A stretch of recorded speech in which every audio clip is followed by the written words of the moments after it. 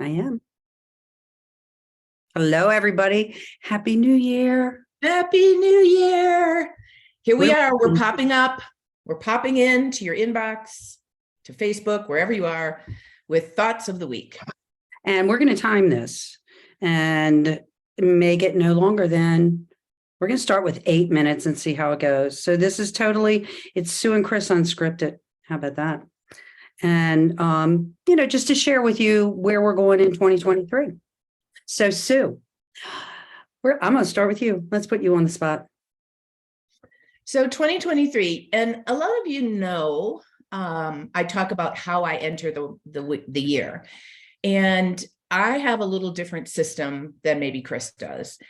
I like the idea of building or creating a sankalpa, which basically means a vow or a purposeful desire to move towards something. What does that mean? That's pretty vague, right? So you reflect. You reflect on the year that you have or the past years you've had, and you reflect on the type of human you want to be. Not, oh, I want to lose weight, or I have to make more money, or any of those kinds of things, because those come from up here. I'm trying to come from my heart center. So it takes me a little while. It's not a black and white process. And I will just share a quick little thing with you. This past weekend on Sunday, it was actually New Year's Day, I got some news about something, and I was prepared to walk into the week a certain way, coming from my head. Oh, I have to do this, and I'm going to do that, and all the things.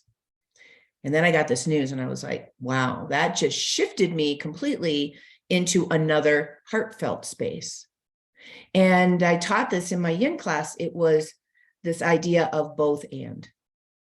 So both things can be true, and they might be different.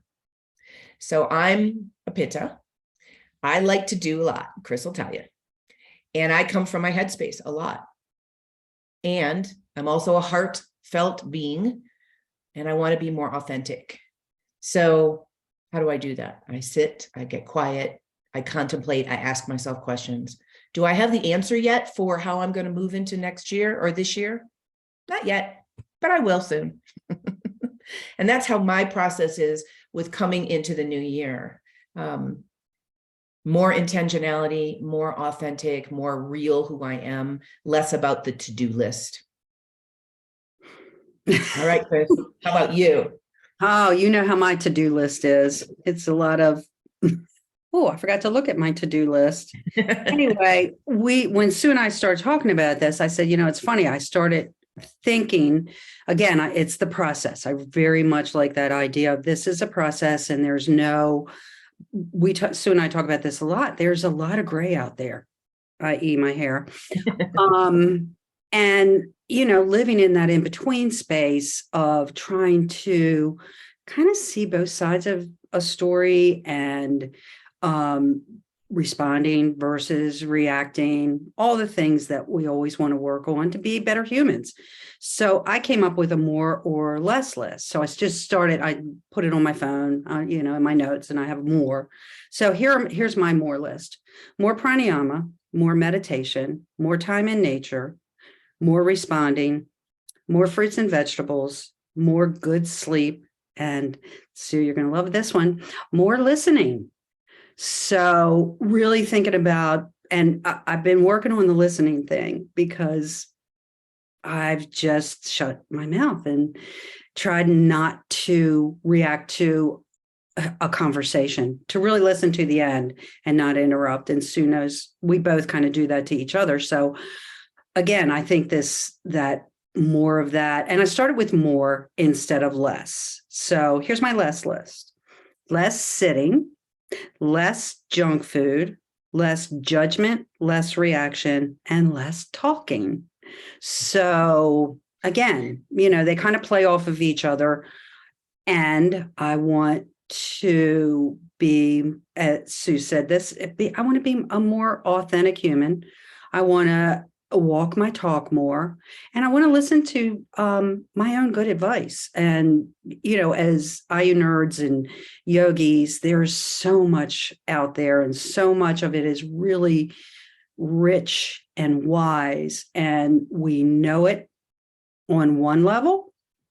Maybe it's that headspace, and taking that and moving it to our heart, and making that part of our karma. Karma's action, part of our action moving forward. Yeah. So you can see how we both are besties. We both work together. We both have similar understanding of the world and knowledge and experience. And yet we're very different humans, and we come at things a little differently. And I guess the bottom line message, right, Chris, is that we're all different. We're all individuals. And how do you come in to a brand new space with new energy and new ideas? Like, how do you come in? Do you come in with like this, I will, very rigid kind of way, and then you go, wah, wah, wah, wah? Or do you come in a little like excited and curious and like, wow, I wonder what this year is going to be like for me? And, it just has a different energy, I think. And I think a lot of it has to do with finding that pause, finding the stillness in the space, so that you can step back and listen. Mhm. So I have 2 words for the new year, and I've already told Sue this, but my one word is adaptability. I think that's a really good place to come from, being adaptive in my own self, and then bring it into the world, because change is constant. So we always have to, and again, that speaks to the rigidity, not being rigid, being able to adapt. And then my other word is over-consumerism. It just, as far as us as cohabitators on the planet, and, in our own lives, and just, whatever it is, whether it's, too much food, too much drink, too much TV, too much information. We talk a lot about this too muchness, and how can we step back and maybe start to take less, and maybe, put out more quality and take less. So do you have words? You usually do. I haven't come up with them yet. Again, it's one of those experiences where I know it when I know it, and I can't force it. Like, I can't go from like the 31st to the 1st and go, yep, there's my new word, because it feels phony to me. So I'm working on listening, and I'm working on really hearing this intuitive, the story I always share, and then I'll end with this, is 2020, the year of 2020. I came up, it came up with this ease and flow. I kept hearing it over and over and over again in my head.